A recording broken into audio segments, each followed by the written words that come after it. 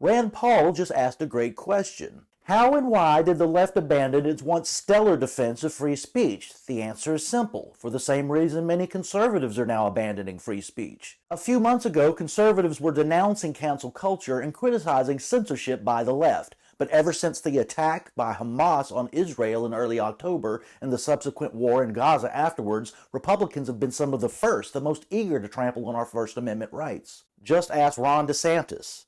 We deactivated Students for Justice in Palestine in our Florida university system. Think what you want about this student group, but he's illegally infringing on their First Amendment rights. Nikki Haley is just as bad. When I get into office, the first thing we have to do, social media accounts, social media companies, they have to show America their algorithms. Let us see why they're pushing what they're pushing.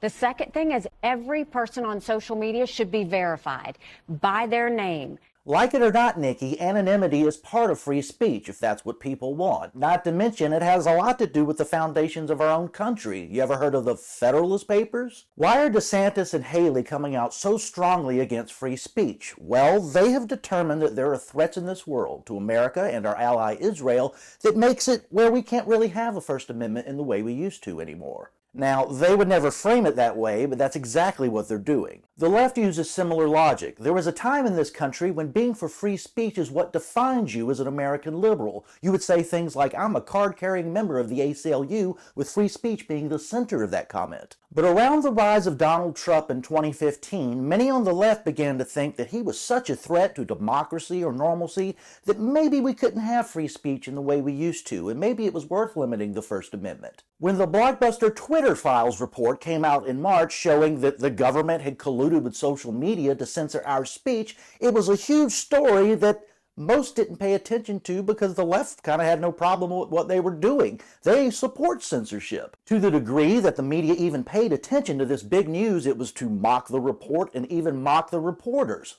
Though no one would say it out loud, a majority of American progressives just didn't have a problem with censoring things, especially on the right at this point. And they continue to fool themselves into supporting the censorship by saying they're just going after misinformation. By the way, it is your First Amendment right to lie. On Thursday, Twitter Files reporter Mike Schellenberger testified before a House committee and said he even had more damning evidence that the government is censoring our speech by colluding with social media. 9 months ago, I testified and provided evidence to the subcommittee about the existence of a censorship industrial complex, a network of government agencies, including the Department of Homeland Security, government contractors, and big tech media platforms that conspired to censor ordinary Americans and elected officials alike for holding disfavored views.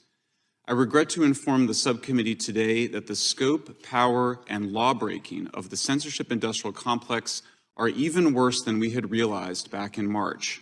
Government censorship of our speech is even worse than we realized? This should be really big news, right? Well, if this was 1985 or 1995, this would be a top headline across the country and a major concern for liberals. They really don't care anymore. Censorship is cool. In fact, it's become something of a progressive value. Schellenberger reminded us of the serious threat to our most basic liberty that this censorship poses. But the First Amendment prohibits the government from abridging freedom of speech. The Supreme Court has ruled that the government may not induce, encourage, or promote private persons to accomplish what is constitutionally forbidden to accomplish, and there's now a large body of evidence proving that the government did precisely that.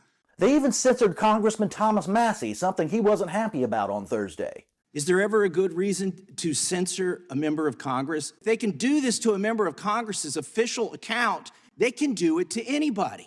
They can not only do it to anybody, they apparently now have the ability to do it to everybody. To answer Rand Paul's question, the left doesn't care about free speech anymore. That's where we're at. They see threats out there that are so big they think the First Amendment should suffer. They're no different from Ron DeSantis or Nikki Haley or authoritarian countries that don't have free speech, something we've always prided ourselves as being better than. But without free speech, we're just not.